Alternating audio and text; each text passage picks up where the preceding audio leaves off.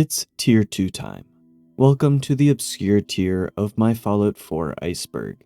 It's in this tier that we've got quite a bit of Institute facts, some mysteries that are still unknown to this day, and one of the most expansive bits of cut content Fallout 4 has ever seen. Let's get into it. Heyo, real quick, we're really close to 200,000 subs, so if you like what we do here, please consider subscribing. Also join the Discord. Cheers. Let's get into the obscure tier. 20 Leagues Under the Sea. We're starting off today's tier with a doozy. As alluded to in the previous tier, Fallout 4 once planned to have an underwater themed quest, and this would have been called 20 Leagues Under the Sea.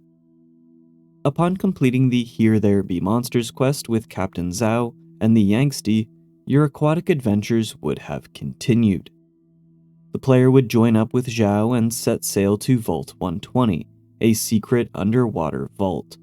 Zhao would crash the Yangtze into the submarine bay of the vault. While the exact circumstances of the crash is uncertain, the existence of a giant sentient squid might have had something to do with it. That's right, not only would there have been a giant sentient squid, it actually would have been the Vault's overseer. And people say Fallout isn't weird enough.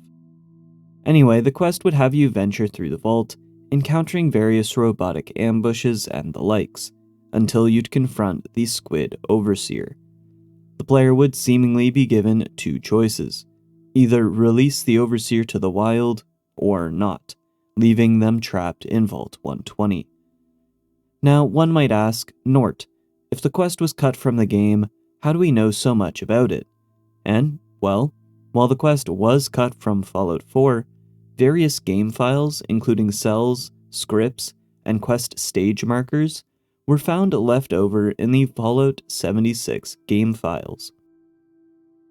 This allowed for folks to piece together the suspected parts of the vault and quest, resulting in everything we currently know about it. Had 20 Leagues Under the Sea been implemented in Fallout 4, it might have become one of the most memorable Fallout quests ever made. Maybe we'll see a similar sort of quest in a future title, but for now, we'll just have to wait and see. Deacon spying on you. Deacon is one of the Railroad's most prolific agents. He's often charged with gathering intel on certain movements, important people, and the general happenings of the Commonwealth. As such, when a cryogenically frozen 200-something-year-old unexpectedly emerges from a relatively quiet part of the region, it's in Deacon's best interest to keep an eye on them. And he does this several times throughout the game, likely without your knowledge. As you progress through the main story of Fallout 4, one might start to notice a familiar-looking, bald-headed NPC in key areas of your journey. This is Deacon. When you first get to Diamond City, that's Deacon. At Good Neighbor, oh, it's Deacon. In Bunker Hill, that is Deacon. Watching you while you sleep, that's either Deacon or your sleep paralysis demon. You know what, it's probably the demon. Unless your sleep paralysis demon looks like Deacon, in which case I'd suggest some sort of therapy. Moving on. But not only does Deacon put on disguises to keep track of your movements, it would also appear that he was keeping an eye on you even before you left Vault 111. Nearby the vault, set up on a vantage point, is a small and crude shelter. Made up of a tarp, chair, table, and some wood planks, is an observation point that Deacon would have appeared to use. Marked on the wooden planks is the rail sign used to denote that an ally is nearby. So it would seem that the Railroad's top agent had high hopes for where you would align yourself in the War of the Commonwealth. Institute Spies. Speaking of spies, the Institute has eyeballs everywhere. Whether it's their synth replacements keeping an eye on folks, or whether it's their fake birds, the Institute does a good job at tracking and observing the Commonwealth. But their network of information goes beyond synths. It's on a Synth Retention Bureau terminal that a list of Institute informants is revealed. The list contains various non-Institute affiliated wastelanders from all over the Commonwealth who accept caps for providing information on runaway synth sightings and suspected railroad movements. Let's go over the list. It includes Cricket, the roving weapons caravaneer, Tommy Lonigan, the owner of the Combat Zone fighting arena, Trash Can Carla, the scrounger and junk caravan merchant, Doc Weathers, the roaming medical doctor, AJ, one of Good Neighbor's chem dealers, Murawski, the crime boss and chem supplier in Good Neighbor, Lucas Miller, another traveling merchant, and Henry Cook, the owner and barkeep of Diamond City's Colonial Tap House. That makes 8 folks who willingly spy for the Institute in exchange for caps, and as many are the traveling merchants we randomly come across during the game, it makes sense that the Institute knows so much about not only the Commonwealth, but also the Soul Survivors' movements and motives. It helps explain why a faction that is kept so isolated knows so much about the surface. Lucky Rabbit's Foot. I'm nearly certain that every tier will have some amount of cut content. We've already gone over the 20 Leagues Under the Sea cut quest, but cut content comes in all sorts of shapes and sizes. Sometimes the cut content is as small as a rabbit's foot, and that's exactly what we're talking about now. Found in the game files of the Nuka World DLC is a cut, weapon I guess, known as the Lucky Rabbit's Foot. While it might sound like a bad idea, using a severed rabbit foot as a weapon, it's actually quite strong. Taking the spot of your grenade slot, the Lucky Rabbit's Foot would actually give you a 10% bonus to experience points and a +3 to the luck special stat. So it's a bit of a trade-off that I think is quite overpowered. In exchange for not having any throwable explosives, you get some help with your luck and experience gain. I mean, I hardly use grenades anyway, so it would be a no-brainer. Or maybe a no-footer? However, outside of the use of console commands, the Lucky Rabbit's Foot is entirely unobtainable. Brahmin Synths. Did you know that it's not only humans and avians that can apparently be Institute Synths? So, when recruiting settlers with the recruitment radio beacon, there is a chance for a Brahmin to join your settlement. Neat, that's great. They help your settlement food production while also adding fertilizer and chemistry components to your workbench. It's great value. But be warned, if a Brahmin were to ever die, there is a chance to find a synth component on their corpse.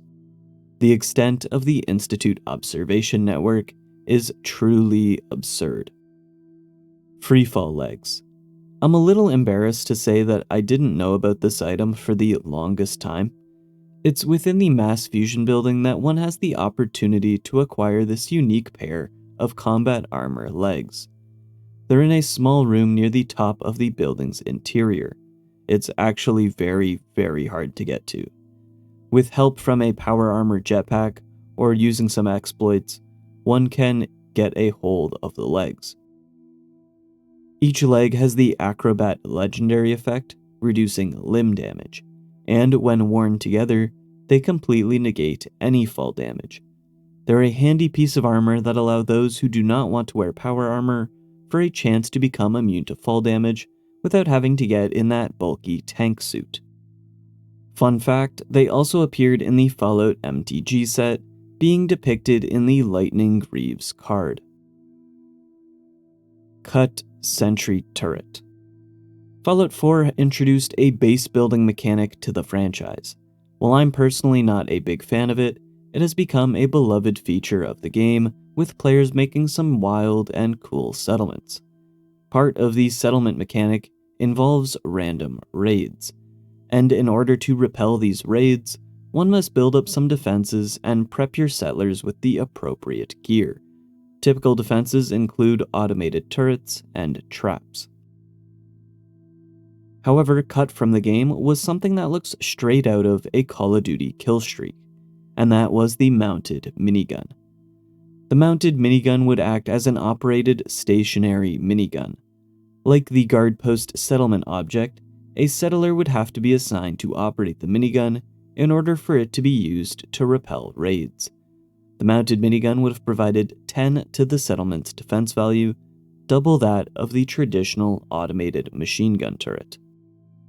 While I'm unsure of why it was cut, it definitely would have been a cool addition to the game. Dunwich Borers.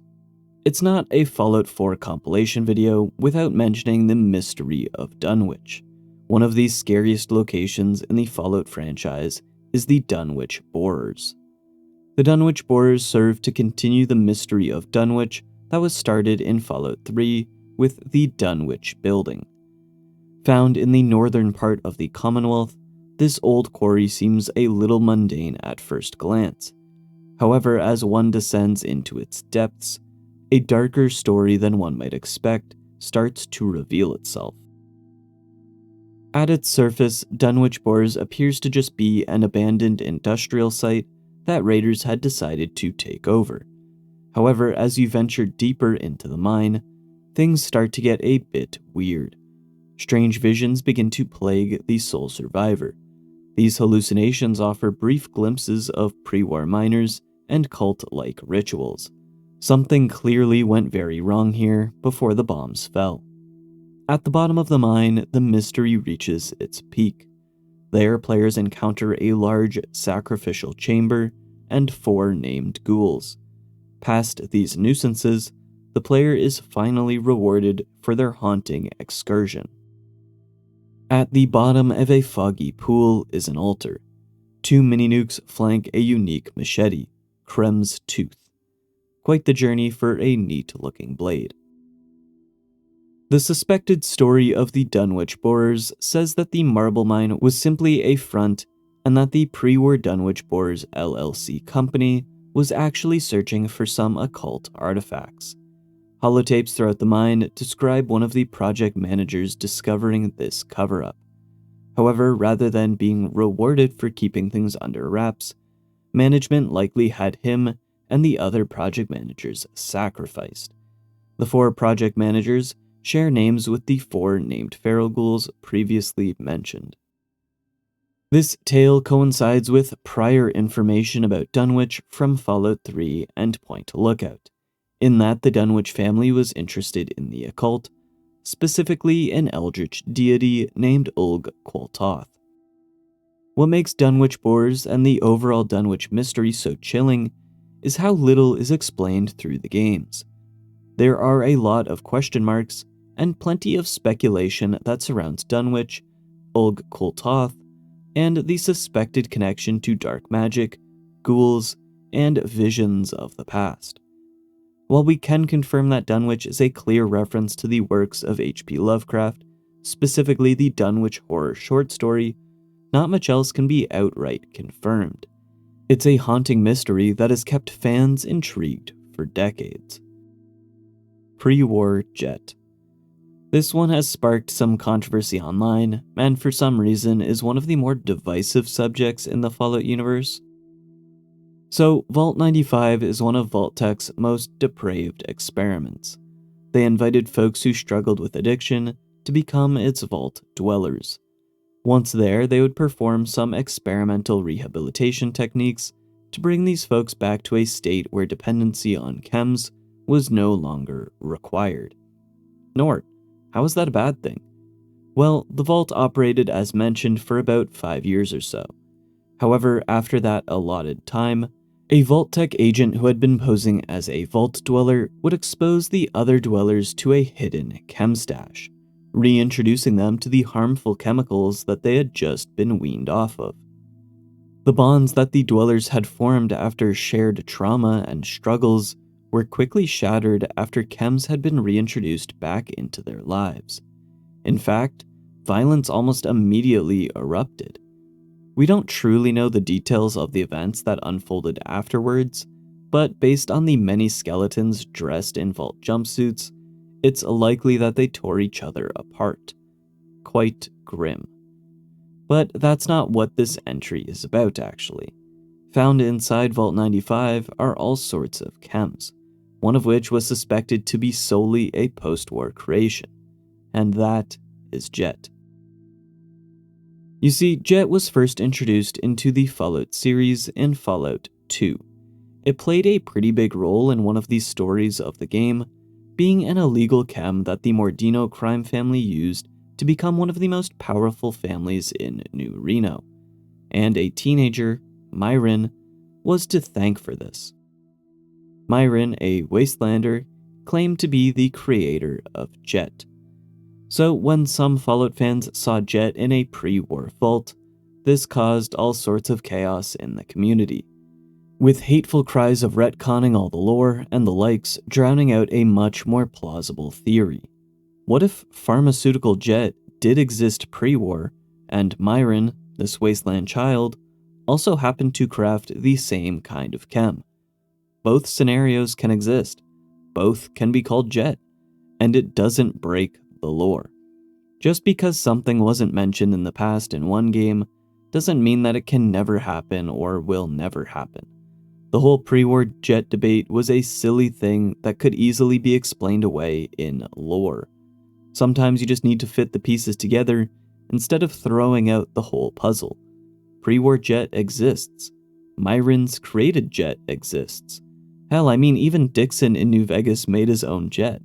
It's not some secret formula, it seems. Anyway, moving on. Credit cards. This might only be interesting to a select few people. I am one of those people. Credit cards are one of the most widely used forms of payment across the entire world. They're small plastic cards that allow folks to make purchases without having to withdraw cash. It accrues debt that has to be repaid later. But that's not the fascinating part. The fascinating part is that Fallout has some sort of credit card with the introduction of the charge card. The charge card can be given to you by a con man, or it is a rare junk item that has very few uses. 1, it can be broken down into plastic. 2, it can be rejected as a form of payment by many Commonwealth merchants. And 3, one merchant will actually trade 100 caps for it. Brooks in Far Harbor. I suppose he has high hopes that Far Harbor can become more economically dynamic. And as the credit card was invented in the 1950s, I suppose its existence in Fallout does fit in with its retro aesthetic world. It's a neat bit of trivia. Ghoul Whale. A long-suspected Easter egg in Fallout 4 has been an unconfirmed encounter involving a ghoulified whale. The waters of the Commonwealth are vast, and honestly mostly empty. Mirelurks hang out near water, sure, but they're still land-based creatures. This led to theories about a ghoul whale Easter egg. Posts on Reddit and videos on YouTube speculate about the steps that need to be taken to trigger this ghoulish encounter. But as of the release of this video, nothing in the game or game files indicate that a ghoul whale encounter exists. But in lore, however, it would appear that such a beast does. It's during a conversation between two caravan guards that one will hear the story of Old Peg. Here's the convo. He used to make the odd cap back in the day by gathering mirelurk eggs by the beach. Bullshit. No, it's good money if you're quick enough or good with a gun. And he was both. But he stopped doing it for good the day he saw Old Peg. With his own 2 eyes. Old Peg? Is that supposed to mean something? You don't know of Old Peg? You've covered enough miles to know firsthand that radiation ravages all living things in its own way. But no one wonders about the deep blue sea. So one day, my grandpappy was egging. It was a foul day. Fog so thick you couldn't see your hand in front of your face. He was stumbling along and then he heard a tremendous clamoring. From the ocean. Like nothing he'd ever heard before or since. He stood still for a long time. The fog cleared for a brief moment, and that's when he saw the outline of the great behemoth. Massive. Bigger than anything you or I will ever see. Old Peg. A giant, blue ghoul whale. A ghoul whale? Yeah. As the fog gathered, He saw that great beast submerge back into the deep, and my grandpappy fled for the first and last time in his life. Ask any of the old-timers, and they'll all agree. Something ancient and terrifying haunts the sea.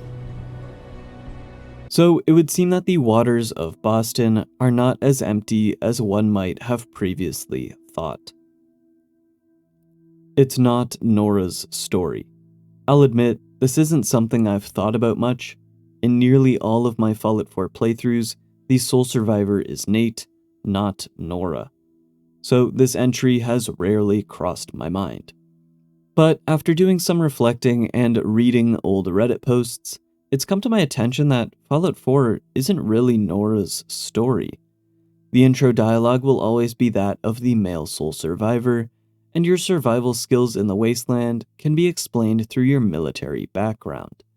However, at some point before the game's release, Nora was also meant to have a military background.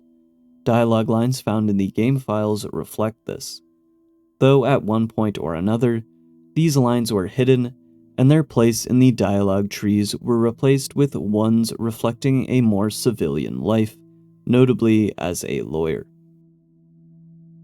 Though to give some credit to those playing Nora as the player character, I will say that I do feel like a mother's journey traveling through the deadly wasteland to find her child is a much more powerful story. We get to experience and see the lengths that a mother would go to find her son. So while wasteland living might seem a bit more suited for Nate, Nora does become quite the badass throughout the story of Fallout 4 if she's chosen as the sole survivor. Who painted the cats? Some of the most common paintings around the Commonwealth are portraits of cats. The playful paintings can be found randomly all over the region. But did you know that, in the lore, the artist who drew them up can actually be found? Santiago Oviedo was a famous painter before the Great War. While most of his works are on the more serious side of things, his most popular paintings were that of cats, of which he sold under an alias. And it's in the Far Harbor DLC that we get to meet Santiago. The side quest Braindead takes us to Vault 118, where we must solve a murder mystery on behalf of the RoboBrain residents. One of these residents is actually Santiago Avida. It's a neat way to add some interconnectivity between the DLC and the base game. Unfun fact I discovered during my research, though, was that the cat paintings were based on developer Nathan Perkypile's family cats. One of the cats, the one depicted playing with the toy rocket ship, was a cat named Galen, and unfortunately Galen passed away in 2020. R.I.P. Galen, forever immortalized through these paintings. Centaur. The centaurs in Fallout are peak body horror. They're a mass of moving limbs with no real signs of advanced intelligence. They usually just serve as some sort of guard dog for super mutant settlements. They're just disgusting. After New Vegas, however, their guard dog-like duties were replaced with the more dog-like mutant hound. But it would seem that at one point in time, Fallout 4 was going to have centaurs. Maybe. It's in the art of Fallout 4 that a concept image of a pair of centaurs can be found. It's quite grotesque. I mean, there's one head that's just laying down some vomit. There's another small head back there that has an arm coming out of its mouth. It's just all around not a pleasant looking image. But yeah, for one reason or another, the centaur is absent from Fallout 4. Perhaps the Institute just incinerated any FEV mutant that came out looking like that. I mean, I'd agree with that decision. The real heroes. It was in Fallout 3 that we were introduced to a superhero conflict. The Mechanist and the Antagonizer were plaguing the settlement of Canterbury Commons. But they weren't the only superhuman heroes to be featured in Fallout. They set a trend that would continue in every Bethesda-developed Fallout game thus far. It's in Fallout 4 that we got a whole side quest dedicated to the mysterious vigilante, the Silver Shroud. The quest sees the sole survivor pick up the Silver Shroud mantle and with help from Kent Connolly, we end up defeating various thugs around Goodneighbor. The quest culminates with us saving our humble sidekick, Kent, all in a day's work for the Silver Shroud. But the sole survivor isn't the only Wastelander in the Commonwealth who has taken on a superhero name. It's during a extremely rare random encounter that one may find a Wastelander claiming to be Hubris Comics' very own Manta Man. When encountered, he is seen fighting some mole rats. He doesn't have very much dialogue, simply putting on the macho act that one would expect of a superhero. What's fun though, is that he does react differently if you're wearing the Silver Shroud fit, lamenting that Manta Man and the Silver Shroud haven't teamed up since their crossover episode. It's a pretty funny encounter. And then lastly, we also see another Wastelander, different from the one in Fallout 3, take up the mantle of the Mechanist during the Automatron DLC. Isabel Cruz, wanting to bring peace and order to the wasteland, started building robots designed to help people. However, this help turned to harm when a logic error in the RoboBrain lieutenants made them hostile to everyone they encountered. And so, just like the pre-war radio play, it was up to the Silver Shroud to take down the Mechanist once and for all. Justice would be served. In all honesty though, pretending to be a superhero is probably one of the better coping mechanisms for handling the horrors of the wasteland. Kellogg's Age. Conrad Kellogg is the game's Act 1 antagonist. He's the one who kidnapped your baby at the start of the game, and the beginning quests see you track him down. During this time, all the way up to reuniting with Sean, the timeline of the game is kept rather ambiguous. It's played as though the time difference between Sean's kidnapping and your release from Vault 111 is only about 10 years or so.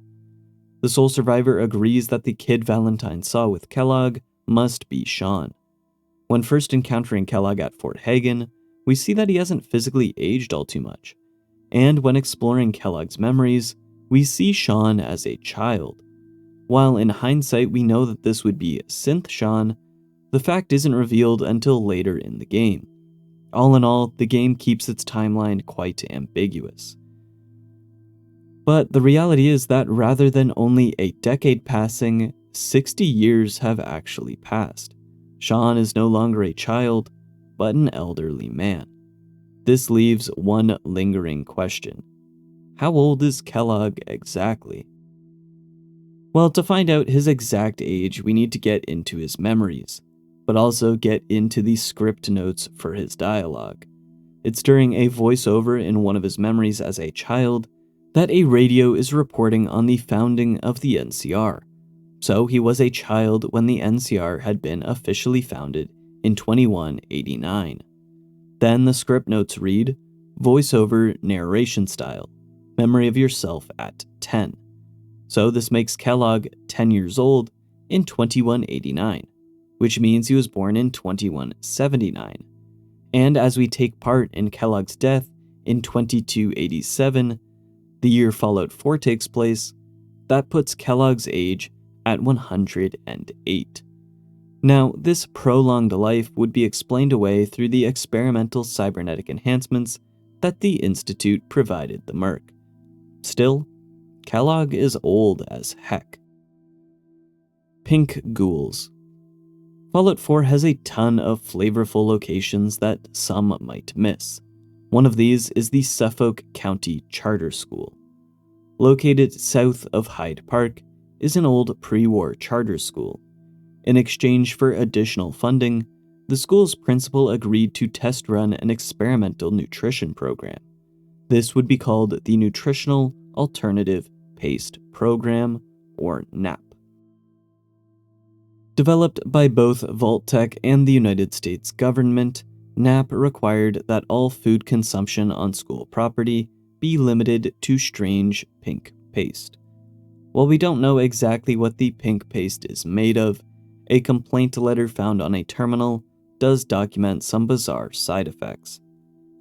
Forcing all teachers and students to consume nothing but flavorless pink goo is inhumane and demoralizing. Food is an avenue of socialization for our students' growing minds, and they are growing restless of the pace. If nothing else, I'm sure you have noticed the growing rate of visits to your office for misbehavior. Also, I could swear everyone seems a little bit pinker after a week of eating the stuff. And even 200 years later, we can see the results of this pink paste. It would seem that some ghouls had gotten into this stuff, creating some pretty unique looking ghouls. The ghouls that now inhabit the school all have this pinkish look to them. It really makes you wonder what exactly was in that paste. The Institute was foreshadowed, and our final entry isn't technically from Fallout 4, but it is related. It's in Fallout 3 that a certain side quest foreshadows the primary antagonists of Fallout 4. The Replicated Man is a side quest that sees the Lone Wanderer attempt to track down a runaway android on behalf of Dr. Zimmer. According to the Fallout 3 game guide, Zimmer is from Boston, working for a shadowy group called the Institute. But he's not the only important figure in this quest. Victoria Watts, who wants to keep the android's identity a secret, reveals herself to be an agent of a group called the Railroad. As it turns out, this quest would foreshadow one of the primary conflicts in Fallout 4, the Institute versus the Railroad. It really makes you wonder what could be foreshadowing Fallout 5. And that wraps up Tier 2 of the Fallout 4 Iceberg, the obscure tier. From Lovecraftian horrors to the real heroes of the Commonwealth, Fallout 4 is littered with all sorts of lesser-known facts, interesting cut content, and strange lore. Did you learn something new? Did I miss something? What was your favorite entry? Let me know. But that's all from me today, folks. If you liked the video, be sure to like and comment. Have a good rest of your day. Cheers. Every day you gotta buy stuff. Food, ammo, beer, whatever. And you pay with caps. Caps, bottle caps. What is this, fucking 1612? A bunch of losers blow up the world 200 years ago, and we have to lug around piles of bottle caps? Are you friggin' kidding me?